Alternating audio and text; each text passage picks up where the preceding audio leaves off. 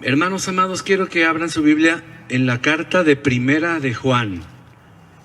La carta del apóstol Juan, la primera que él hizo, está casi al final de su Biblia. No confundir con el Evangelio de San Juan, sino la carta que está antes de Apocalipsis, bueno, un poco antes, Primera de Juan.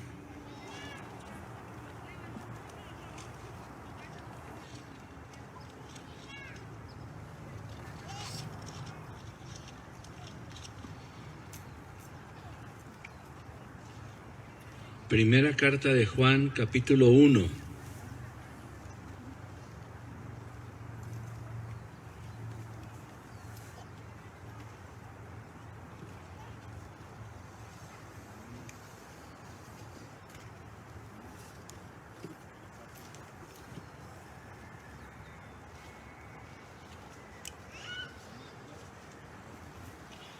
¿Ya lo tiene?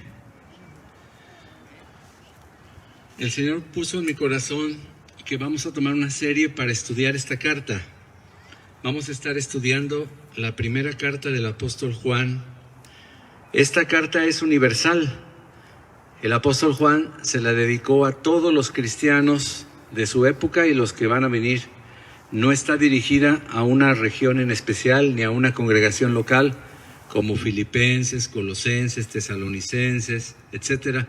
Tampoco está dirigida a algún siervo de Dios como Primera y Segunda de Timoteo o Tito o Filemón, que está dedicada a una persona. No, esta carta está dirigida a todos los creyentes habidos y por haber. Póngame atención, no se distraiga, ya están leyendo la carta, tienen unas ganas de leer, gloria a Dios, pero por favor vea para acá. Sé que están bien bonitas su Biblia, pero a ver, póngame atención un segundo. No la cierre, póngale un dedito o un separador. Si tiene su Biblia o un separador, ¿cómo se dice? Ya integrado, pues póngaselo. Muy bien. Muy bien. Ok. Póngame atención. Esta carta no está escrita por cualquier cristiano. Es una carta escrita por uno de los principales, por no decir el principal, el que más estuvo cerca del corazón de Jesucristo el Señor. Cristo tenía 3 apóstoles íntimos, pero uno de ellos, el más íntimo de todos, pues era Juan, aquel que el Señor le permitía recostarse en su pecho. Había un segundo discípulo que también tenía mucha intimidad con Jesús. ¿Quién era? ¿Alguien me puede decir? Judas Iscariote, exactamente. Judas era el único que al Señor le permitía meter su bolillito en la sopa de frijoles. ¿Sí? El único que el Señor le permitía meter su cocol en su chocolate. ¿Me entiende? ¿Me explico? Eso yo no se lo permito a cualquiera, ¿verdad?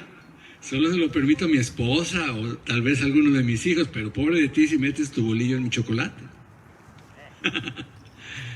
Bueno, uno tenía una intimidad superficial, no creía en Jesucristo, pero otro, Juan, sabía quién era Jesucristo. Se le había revelado a su corazón. Él entendía quién era Jesús. Y él entendió 2 cosas muy maravillosas de Jesús. Póngame atención. Bueno, como tiene ganas de leer, lo voy a llevar al Evangelio de Juan. Ahora, pongan dedito en la primera carta de Juan y vamos al Evangelio de Juan capítulo 1. Juan capítulo 1. Ahora es San Juan, ya no es Primera de Juan, sino ahora es el Evangelio de nuestro Señor Jesucristo en la boca de Juan.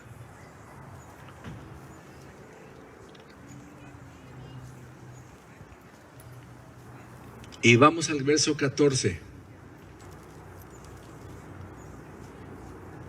Aquí hay 2 palabras que Juan entendió perfectamente. Y es un balance en la vida cristiana. Dice así: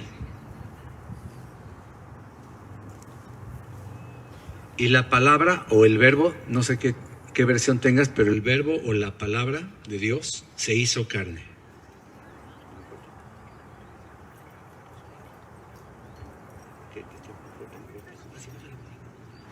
Sí, está muy fuerte. Es el segundo.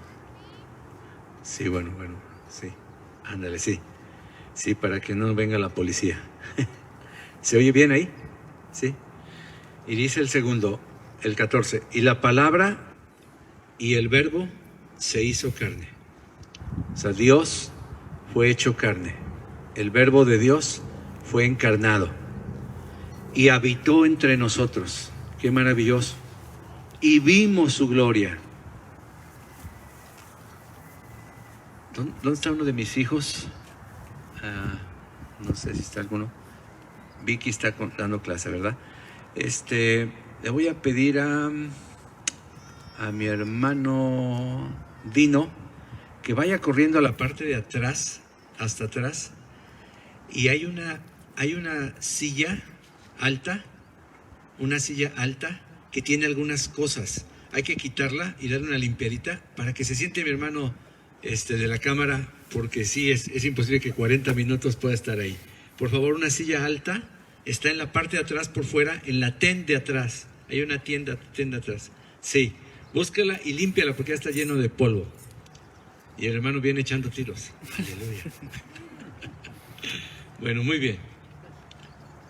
Y dice la Biblia, y habitó entre nosotros ese verbo y vimos su gloria. ¿Quiénes vieron su gloria? No todos.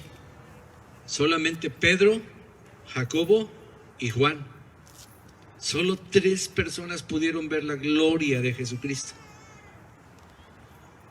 La gloria que corresponde al unigénito Hijo del Padre. Eso no la mostró todo el tiempo Jesucristo. Solo lo mostró una sola vez en el monte cuando se transfiguró. La que corresponde al unigénito Hijo de Dios. Nunca más mostró su gloria más que esa vez. Y Pedro, Jacobo y Juan vieron su gloria. Pero también Juan entendió una cosa, que Jesucristo estaba lleno de ¿qué cosa? Dice la Biblia ahí, lleno de gracia y lleno de ¿qué cosa? De verdad. Diga conmigo esas 2 palabras, gracia y verdad. Otra vez, lleno de gracia, pero también lleno de verdad. ¿Qué es la gracia? Ustedes tienen una idea de la gracia, pero hay una partecita de la gracia que puede interpretarse o definirse como el amor de Dios, la paciencia que Dios tiene con nosotros, la tolerancia que Dios nos da, su enorme favor. Claro, la gracia es mucho más que eso, pero estoy enfocándome en 2 cosas. En esa tolerancia, en ese amor. Por ejemplo, unos padres que eduquen a sus hijos con gracia. ¿Qué significa? Bueno, que cuando ven a sus hijos fallando en algo, le dan una oportunidad, hablan con él o con ella, le tratan de convencer, le dicen, le instruyen, sus padres son sus amigos. Pero por otro lado, llega un momento que los padres necesitan también la verdad. Y un padre que ama a su hija o a su hijo le va a decir la verdad. ¿Y qué verdad? La verdad de la palabra de Dios. Le va a decir, lo que tú estás haciendo, hija mía, es un pecado delante de Dios. Lo que tú estás haciendo, hijo mío, está ofendiendo a nuestro Padre Celestial. Esa es la verdad. La otra es la gracia. Te voy a dar una oportunidad. Quiero que estudies la Biblia, quiero que busques al Señor. Si no veo que tú corriges tu vida, voy a estorbar tu pecado. ¿Cómo puedo estorbar tu pecado? Bueno, supongamos que el pecado del muchacho o de la muchacha es pasar demasiado tiempo en la computadora y tal vez en lugares donde no son muy recomendables. El papá lleno de gracia, la mamá llena de gracia va a decir, hijo, yo espero esto para ti.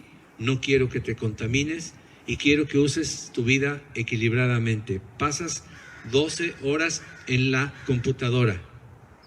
Cuando no estás en la computadora, estás en tu teléfono celular.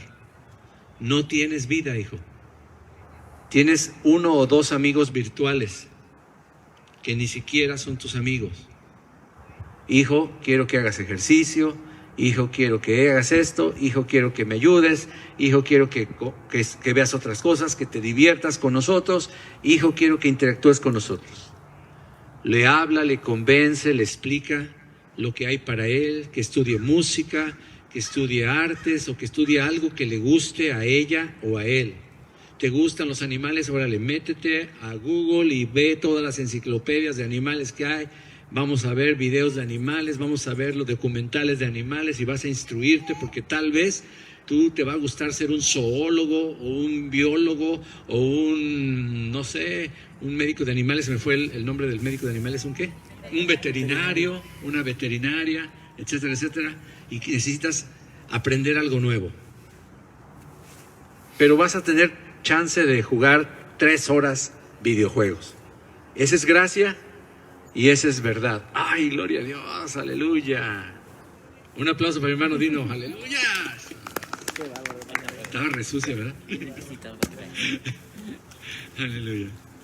Ok. Puedes bajar la computadora esa más abajo y subes un poco la cámara y entonces ya estás ahí al tiro. ¿Sí? Okay. École, pues. Súbalo. Eso. Una coca, por favor, y un... Ok. Y unos cacahuates, por favor, también. No, porque hace mucho ruido en el micrófono, pero sí. Ok. Bueno, ¿por qué estoy haciendo esta introducción? Porque Juan entendió el equilibrio entre la gracia y la verdad. Cristo estaba lleno de esas dos cosas. ¿Qué sucede con un papá que solo tiene verdad? Con una mamá, con un pastor que solo tiene verdad. Todas sus predicaciones son piedricaciones, porque solo tiene verdad. ¿Y qué pasa con un pastor, un padre, una madre, un jefe que solo tiene gracia? Todas sus predicaciones son: no importa, campeón, no pasa nada. No, tú puedes, mijito, no pasa nada, no pasa nada. Y entonces forma hijos malcriados, hijos consentidos y finalmente pervertidos. El que solamente tiene verdad forma hijos resentidos, rebeldes, dañados por la intolerancia de sus padres, por la intolerancia de su pastor. ¿Cuántas iglesias están llenas de cristianos heridos, lastimados, religiosos, fariseos? Porque donde están recibiendo la palabra solo hay verdad, pero no hay gracia. Y hay otras, muchas más iglesias que solo tienen gracia. Forman hijos inmaduros, espiritualmente hablando. Forman creyentes que no saben distinguir entre lo bueno y lo malo. Creyentes flojos, creyentes que solo vienen a sentarse. Ok. Juan entendió la gracia y la verdad. Y en ese contexto vamos a leer la carta de Primera de Juan. ¿Amén? ¿Sí? La carta de Primera de Juan está llena de amor, llena de gracia, pero también llena de verdad. Quiero decirlo y sin temor a equivocarme, que Juan era uno de los discípulos del Señor, uno de los apóstoles del Señor más equilibrados que había.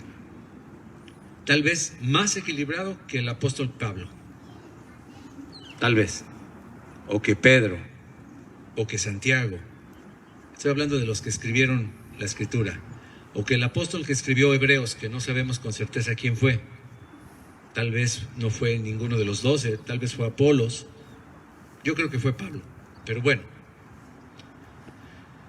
Así que Juan comienza así. ¿Está listo? Dice, híjole, si apenas va la introducción, aquí va a terminar el pastor. No se espante, no se espante.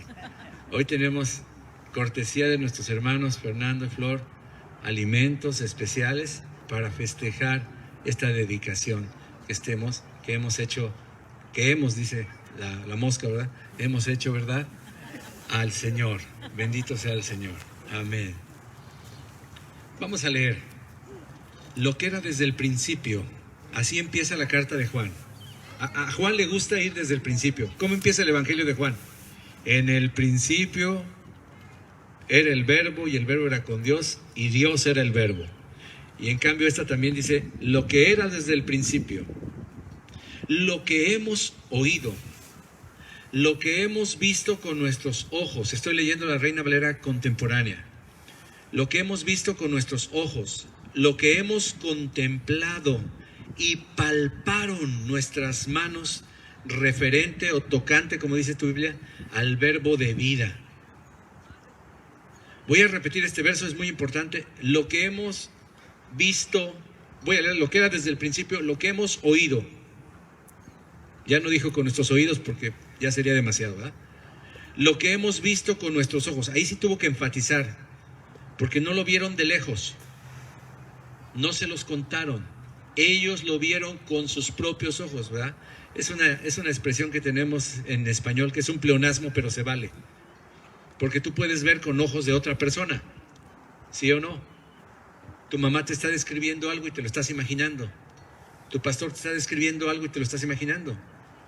Ahorita estamos viendo con los ojos de Juan y del Espíritu Santo, pero Juan vio a Jesucristo con sus propios ojos.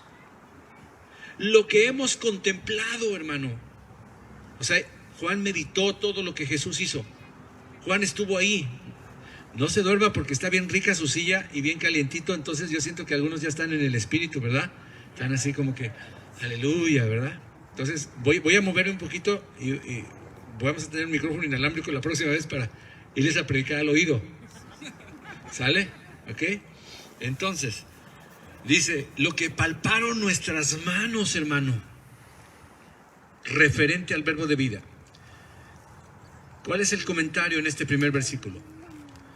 Hermanos, la palabra de Dios, y en específico, primera de Juan, está escrita por alguien que no le contaron. No está hablando de una leyenda urbana. No está hablando de una tradición.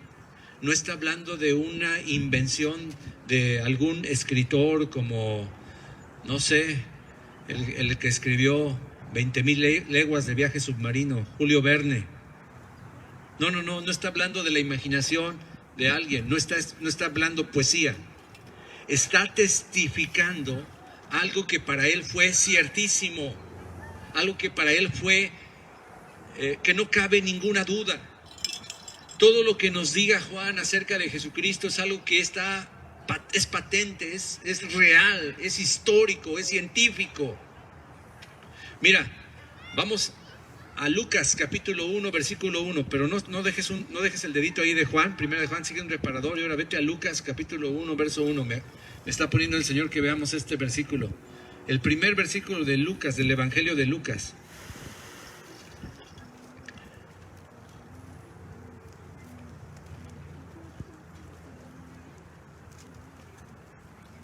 Y este sí lo voy a leer en la Reina Valera 60 porque como es más literal, me encanta cómo lo tradujo. Lucas 1, verso 1. ¿Ya lo tiene? Yo no. Así que tenga gracia.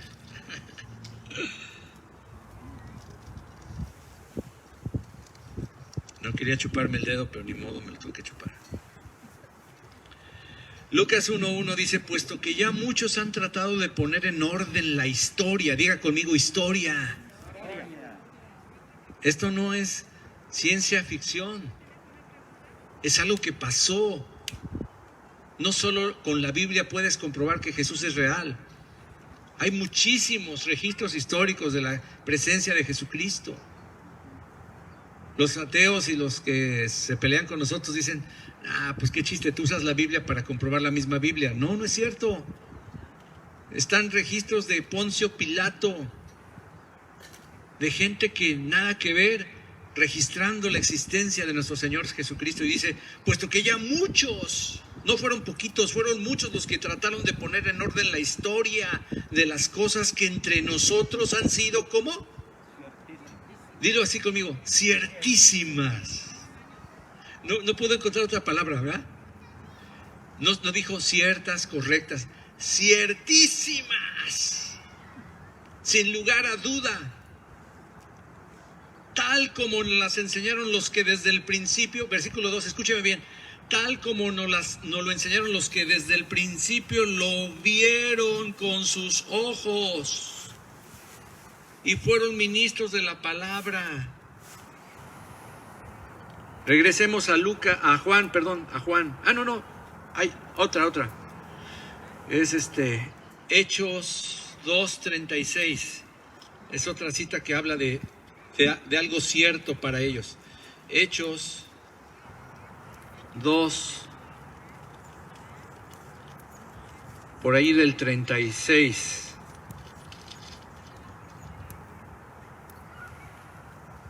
Sí, es el 36. Cuando se avienta Pedro su primer mensaje evangelístico compartiendo de Cristo, les dice en el verso 36 a los varones judíos que estaban en ese momento en Jerusalén visitando en la fiesta: sepa pues ciertísimamente toda la casa de Israel que a este Jesús a quien vosotros crucificasteis, Dios le ha hecho Señor y Cristo. ¿Por qué pueden saber ciertísimamente que Jesús es Señor y es el Mesías? ¿Sabes por qué? Porque ellos lo vieron resucitado. Y por la causa por la que estamos aquí, la razón por la que estamos aquí hoy en un jardín, tomándonos tiempo para hablar de Jesucristo, es porque Jesucristo se levantó de los muertos. Y es el hecho que nadie, absolutamente nadie, ha podido derribar. El día que un maestro teólogo, ¿cómo se llama? No teólogo, agnóstico, ateo y demás, pueda echar abajo la resurrección de Jesucristo y logre, no sé cómo, comprobar que Jesucristo se quedó en la tumba, ese día ya no existe la iglesia. Ese día nuestra fe es vana, estamos perdiendo el tiempo. Pero como eso en 2021 años nadie lo ha podido hacer, sabemos que ciertísimamente Jesucristo es hecho Señor y Mesías, nuestro Salvador, el Cristo. Bueno, ahora sí, regresemos a Juan, porque no hay mucho tiempo, ¿verdad? Juan, ya te dije que dejaras un dedito, ¿verdad? Juan. Bueno, ahí la primera carta de Juan, capítulo 1, versículo 1, dice: lo que era desde el principio,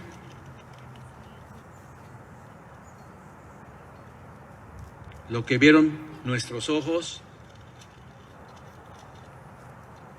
lo que hemos visto con nuestros ojos, lo que hemos contemplado y palparon nuestras manos tocante o referente al verbo de vida. Y luego dice el verso 2, porque la vida fue manifestada y la hemos visto y testificamos y os anunciamos la vida eterna, la cual estaba con el Padre. ¿Dónde estaba la vida eterna? Dice este versículo. ¿Estaba dónde? Con el Padre, con Dios Padre. Y se nos manifestó. En palabras de la Reina Valera contemporánea lo dice así. Ay, este aire me saca de onda. Dice así: lo que era desde el principio, dice, la vida que se ha manifestado, versículo 2, y que nosotros hemos visto y de la que damos testimonio, es la que nosotros les anunciamos a ustedes. 2 puntos. La vida eterna, la cual estaba con el Padre y se nos manifestó. Versículo 3. Así que lo que hemos visto y oído es lo que les anunciamos a ustedes. Pausa. Hermanos, ellos no le echaron de su cosecha. Ellos no predicaron un evangelio diferente al de Jesús. Ellos solamente están expandiendo lo que Jesús dijo. Están confirmando lo que Jesús enseñó. Cualquier pastor, apóstol, maestro, evangelista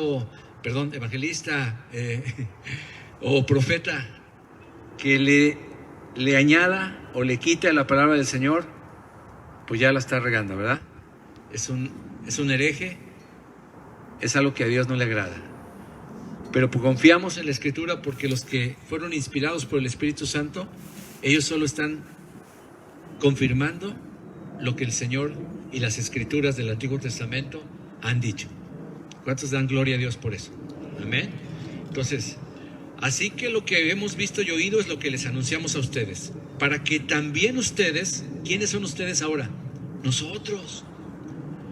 2021 años después, la nueva generación en Cristo en el parque, ¿cómo se llama? Se me fue el nombre del parque, Creighton Park. Tengan comunión con esos cristianos de entonces. Aleluya.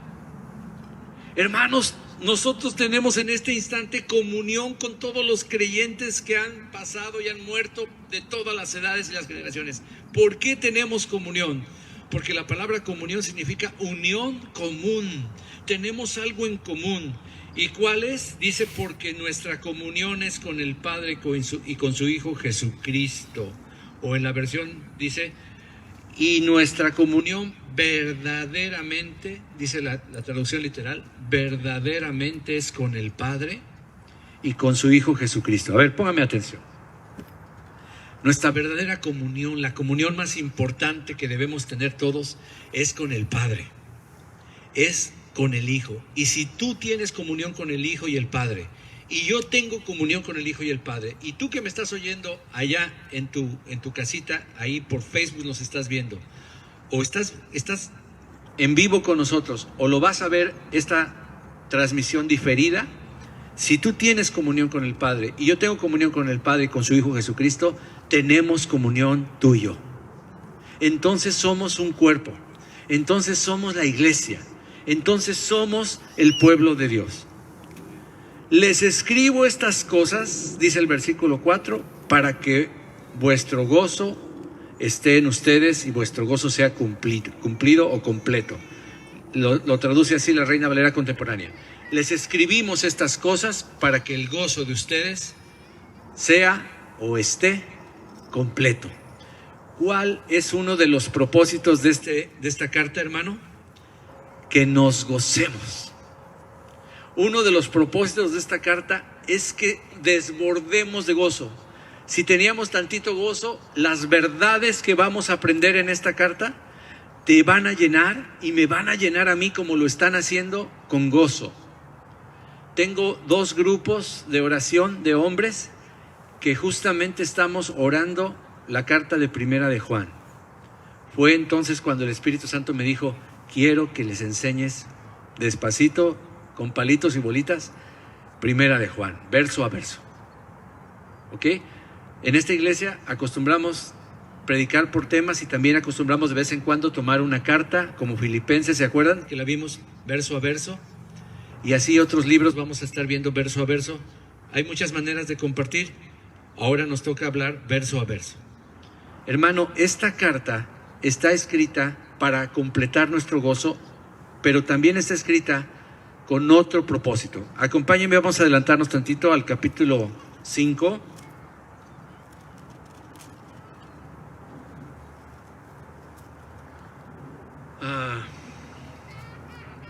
Versículo 13. 5:13. Dale vuelta a las páginas. Dice, les he escrito estas cosas, o sea, todo lo que está, todos los capítulos anteriores, el 5 es el último capítulo.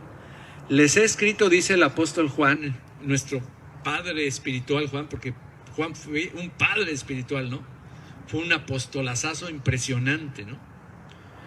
Es el único que llegó, pues, a viejito. Ahorita les cuento algo. Les he escrito estas cosas a ustedes, los que creen en el nombre del Hijo de Dios. ¿Cuántos de ustedes creen en el nombre del Hijo de Dios? Voy a repetir. ¿Cuántos de ustedes creen que Jesucristo es el Hijo de Dios vivo y verdadero y resucitado? Gracias. Y luego dice, para que sepan que tienen vida eterna. Aquí está el propósito del libro, o los dos propósitos principales de esta carta. Esta carta fue escrita para que tú sepas si tienes o no tienes vida eterna. Y si tú has creído en el Hijo de Dios, no te quede la menor duda de que tú tienes la vida eterna, que eres una persona salva, que eres una persona que gracias al Señor han sido perdonados todos tus pecados, ya no estás condenado y ahora tienes el derecho de ser hecho hijo de Dios y entrar cuando tú vayas al Señor, ya sea que mueras o que el Señor venga por ti, directo a la presencia del Padre Celestial. ¿Cuántos le dan gracias a Dios? A ver, póngame atención. Por lo tanto, esta carta también te va a decir a ti, no a mí, a ti, personalmente esta carta te va a demostrar si eres nacido de Dios o todavía no. En todas las congregaciones hay un grupo de personas donde la mayoría son nacidas de Dios, pero no todos. Hay algunos que todavía están en el proceso, están sintiendo, están experimentando, pero aún no han rendido su vida a Jesucristo, no han creído todavía en Jesucristo. O sea, entiéndase, no es que no creas que Cristo existe, sino que no has creído que de veras es el Hijo de Dios y por lo tanto no lo has hecho tu Señor y tu Cristo. ¿Y cómo lo voy a saber, pastor? Cuando estudiemos versículo por versículo la primera carta de Juan, tú vas a encontrar por lo menos 18 evidencias de una persona que ha nacido de nuevo y que es salva. 18. Bueno, la primera vez que estudié esto hace 8 años o 10, encontré solo 16. Después con más cuidado, más despacito, encontré 18. Pero, aunque haya 20 o 30, no sé cuántas haya, yo encontré 18. 12 de ellas, 12 son, ¿cuál es la palabrita? Hasta la había buscado en el diccionario. Indefectibles. Esa es la palabrita. Dice, hay una palabra dominguera. Pastor, ¿qué significa eso de indefectible? La verdad es que no encuentro otra palabra. No encuentro otra palabra porque es la palabra exacta que debe llevar. El diccionario dice que indefectible es algo que tiene que tener o ser para que sea descrito lo que quieres decir que es indefectible. Por ejemplo, póngame atención, un avión. Un avión que no tiene alas no es avión. Puede ser cohete, puede ser misil, puede ser lo que tú quieras, un pájaro, pero no un avión. Un avión, para ser avión, necesita ¿qué cosa? Alas. Dicho de otra manera, indefectiblemente los aviones tienen alas. Las pueden tener planas, las pueden tener largas, pueden tener la punta así, otros la tienen así, pero siempre, si es un avión, tiene alas. Si no tiene alas, es un helicóptero, es un misil, es un cohete, es un proyectil, es un transbordador, lo que tú quieras, pero no es un avión. Hay 12 cosas en la carta del apóstol Juan que son indefectiblemente, que las tiene que tener un cristiano indefectiblemente. ¿Qué significa? Que si no tiene una de esas 12 cosas, o las 12, no es avión. Es un misil, es un...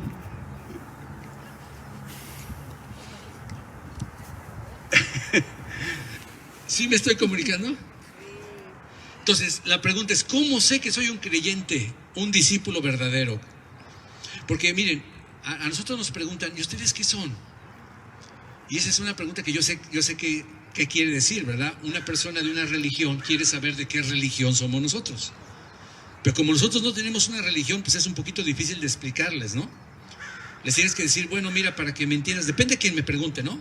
Yo le contesto, depende de quien me pregunte. Si es una persona instruida en las cosas religiosas, le digo, soy evangélico. Porque él entiende la diferencia entre cualquier otro y un evangélico.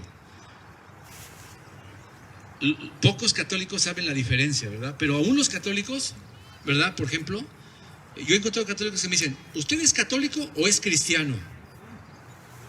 Y yo hasta me quedo así, dije, bueno, que no se supone que los católicos también creen en Cristo. ¿Por qué me dice este católico que si soy católico o cristiano? Ah, porque él sabe que una cosa es ser católico y otra cosa es ser, ¿qué? Cristiano. Pero él lo dice por los grupos, por la liturgia, por la manera de comportarnos, por el tipo de reunión diferente al catolicismo. Pero no lo dice doctrinalmente, no entiende doctrinalmente lo que está diciendo. ¿Qué somos entonces? Bueno, teológicamente hablando, somos evangélicos. ¿Por qué? Porque nuestra doctrina está basada en los evangelios. Somos una iglesia cristiana evangélica. Pero como ese título nos separa de otros y se puede malentender porque hay gente que no la entiende, dice, bueno, si son evangélicos, díganme de qué denominación son. Y pues como hay bautistas, presbiterianos, ¿cómo se llama? Interdenominacionales, presbiterianos, nazarenos. Así como el catolicismo tiene agustinos, marianos, legionarios de Cristo, jesuitas, también el otro lado, ¿verdad? Evangélico tiene metodistas, bautistas, presbiterianos, pentecostales, nazarenos y hasta interdenominacionales. Me los sé todos. Los conozco a todos, sí. Pero nosotros no somos de ninguna denominación. Somos un grupo de creyentes que hemos nacido de nuevo. Bueno, eso lo vamos a ver. Eso lo vamos a checar. Eso lo vamos a comprobar. Porque una persona nacida de nuevo tiene 12 cosas indefectiblemente. Ay, se aprendieron una palabra sabrosa. A ver, dígalo conmigo porque es un trabalenguas. Indefectiblemente. Mira, 1, 2, 3. Indefectiblemente. Ya conoce una palabra de 7 sílabas. A ver, dígalo conmigo. Indefectiblemente. Ay, pastor. Entonces, ¿qué es una cosa? ¿Qué es algo indefectible? ¿Qué significa indefectible? Que lo tiene que tener. La pelota tiene que ser redonda, si no ya no es pelota. Puede ser un balón. Por eso el balón de fútbol americano no es redondo, porque es un balón. Hay muchos tipos de balones. Pero una pelota es redonda, si no ya no es pelota. Bueno, un cristiano tiene 12 cosas, y a lo mejor 18, que lo describen. ¿Por qué fue escrita esta palabra? Para que cuando tú descubras, por ejemplo, que ya no amas al mundo, esa es una de las razones, digas, híjole, sí nací de nuevo, soy cristiano, aleluya. Yo estaba dudando, yo estaba diciendo, ay Señor, ¿será que te entregué mi vida o no? ¿Será que cuando muera de veras voy a ir al cielo? ¿Será? Y de repente los creyentes tienen esta característica y tú la tienes y dices, yo la tengo, aleluya, ya la hice. Ahora quiero dar una palabra de advertencia. Póngame atención, con esto voy a terminar. No se espanten. Si no he agarrado ni un versículo más, va a tardar 2 horas más. No se espante. Con esto voy a terminar. Póngame atención. No quiere decir que inmediatamente que le entregas tu vida a Cristo, ya vas a tener las 12 características instantáneamente así. ¡Pum! O las 18. La Biblia dice que la vida del cristiano es como el amanecer, que va en aumento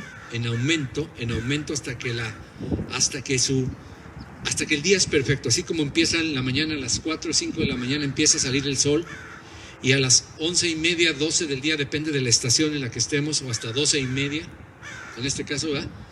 Bueno, no, se atrasa más que nada. Es el cenit, es cuando el cielo está en el punto totalmente vertical, ¿verdad? A veces son las 12, a veces es a las 11:45, etcétera. Difiere, depende de la estación del año. Pero hay un proceso. La Biblia dice que la vida del creyente es como la luz de la aurora, que va en aumento hasta que el día es que pleno, perfecto, lleno de luz. Segundo, la Biblia dice que somos como un árbol plantado junto a corrientes de agua que da su fruto a su tiempo. Diga conmigo, tiempo. La vida cristiana requiere discipulado. Por eso Jesús no dijo, id y haced creyentes. Dijo, id y haced discípulos. Y el discipulado toma tiempo. Como dicen por allá, tiempo, dinero y esfuerzo. ¿No te costó ponerle gasolina a tu coche para venir hasta acá? ¿No estás sacrificando tu partido de fútbol y de fútbol americano por estar aquí? ¿No tuviste que dejar tu descanso dominical por estar y ofrecer el reposo de Dios? Ahora que estás siguiendo las lecturas del día de reposo, bueno, ahora entiendes más, ¿verdad? Yo sé que como las estás siguiendo, hijo, ya no te queda ni la menor duda de que el día de reposo es del Señor. Gol, dile. Se aventó un comercial el pastor. Pero si has seguido las lecturas, vas a entender lo grueso que era para el Señor no guardar el día de reposo. Hazle así, mira.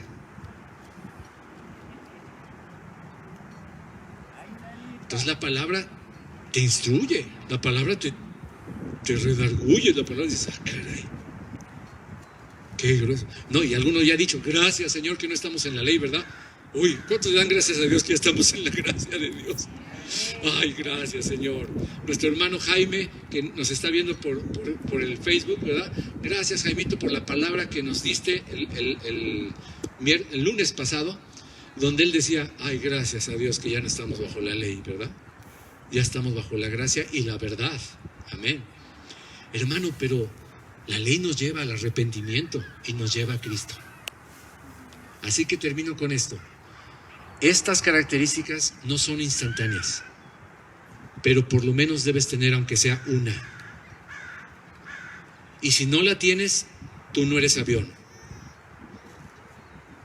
Eres misil, helicóptero o alguna otra cosa. No te puedo llamar hijo de Dios. Todavía eres hijo de otra persona. No la digo aquí en fuerte porque se va a oír feo para los vecinos. Pero usted ya sabe y la vamos a leer en la Biblia en Primera de Juan cuando lleguemos ahí.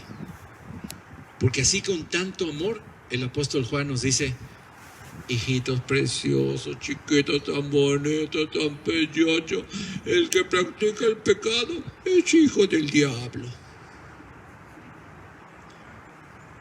Así con mucho amor, con un guante de terciopelo, pero con verdad. Mi hijito chulo, yo lo quiero mucho, hermano precioso. Pero si usted está practicando el pecado, usted no es hijo de Dios, es hijo del diablo. ¡Ay, híjole! Claro que como lo dice Juan, ya está. No duele mucho, ¿verdad? Porque lo dice lleno de gracia, pero lleno de verdad. ¿Amén? Termino con esto, hermano. El apóstol Juan, pues, es único, fue único porque, pues, fue el único apóstol que no pudieron matar, hermano. El único apóstol que no murió en una muerte trágica, pero iba a morir.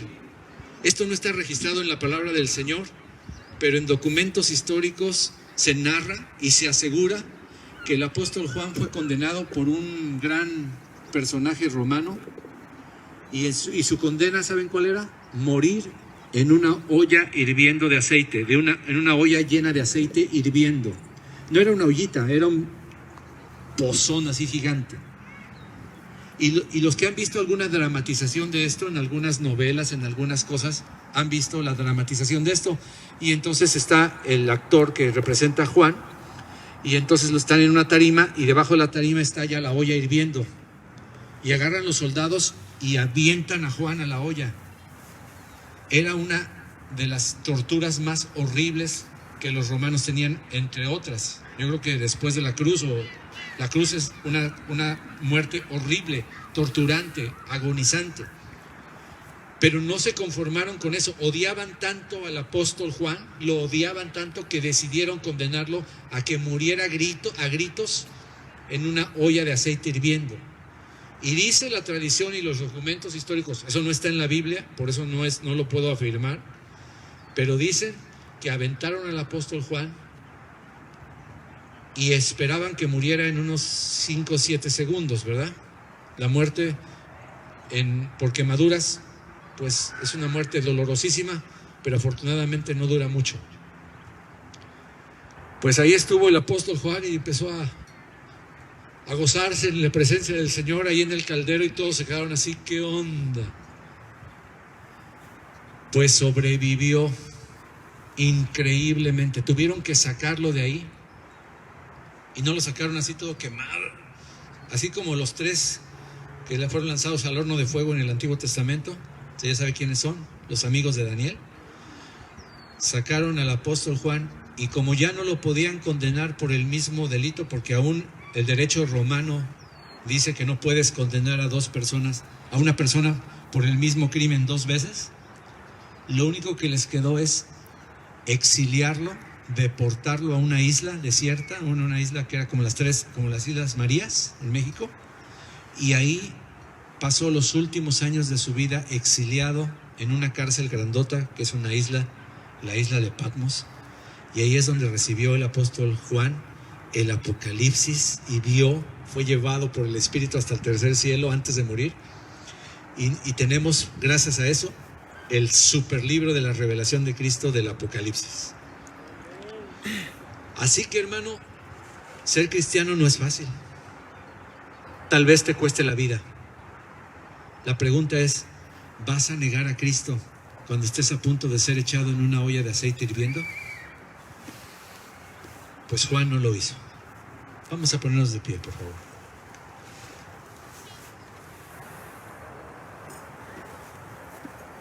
Vamos a ponernos de pie.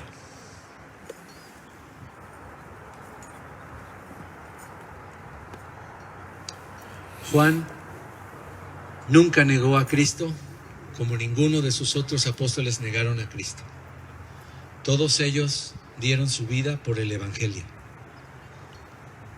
En la historia no hay casi nadie, voy a decir casi porque para no equivocarme, que pueda morir por una mentira.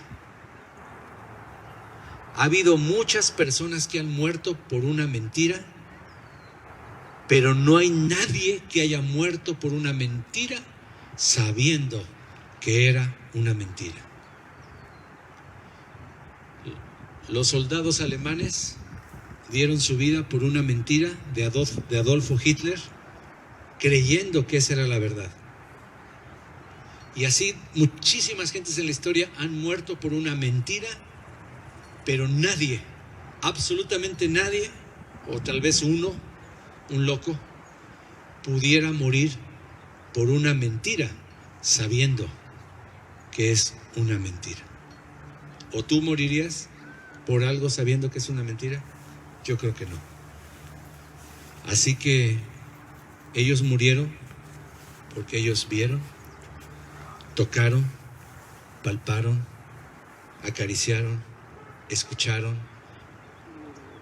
y metieron su dedo en el hoyo de los clavos y en el costado de Jesucristo para comprobar que Cristo había vencido a la muerte y era lo que dijo ser, el Hijo de Dios vivo y verdadero.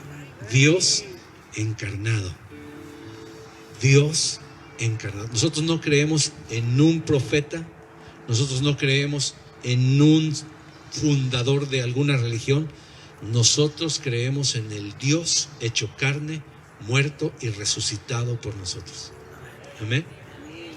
Y porque hemos creído que Jesucristo es el Hijo de Dios, somos nacidos de Dios y tenemos por lo menos 12 características que nos comprueban que somos lo que dice la Biblia que somos. Amén. ¿Cuántos se gozan en ser hijos de Dios? Padre, te doy gracias y te pido que el estudio de esta carta tan maravillosa nos llene de gozo, pero también nos llene de advertencia para no perder ninguna de estas características que nos completan y nos hacen un hombre maduro, una mujer madura, un verdadero hijo de Dios, un cristiano lleno de tu espíritu, un cristiano, Señor, que tiene las evidencias, el testimonio del milagro más grande que puede existir en esta tierra, el que Dios, tú nos transformes y nos conviertas en una nueva criatura. Gracias, Señor.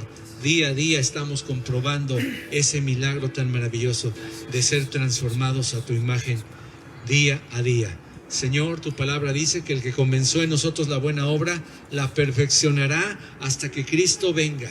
Señor, no te detengas, como dice ese canto. Nosotros hemos cantado, te hemos cantado. No te detengas, Señor, hasta haber acabado tu obra en mi vida. No te detengas, Señor, hasta que puedas mirar a Cristo, hasta que los demás puedan ver a Cristo en nosotros. Si todavía no pueden ver a Cristo en nosotros, es porque todavía no hemos nacido de nuevo, Señor.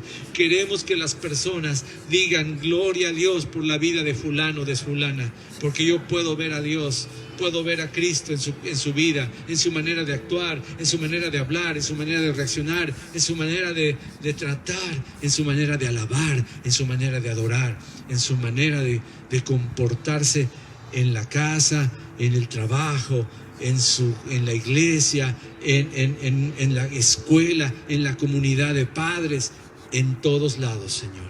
En el nombre precioso de Cristo Jesús. Amén. Amén.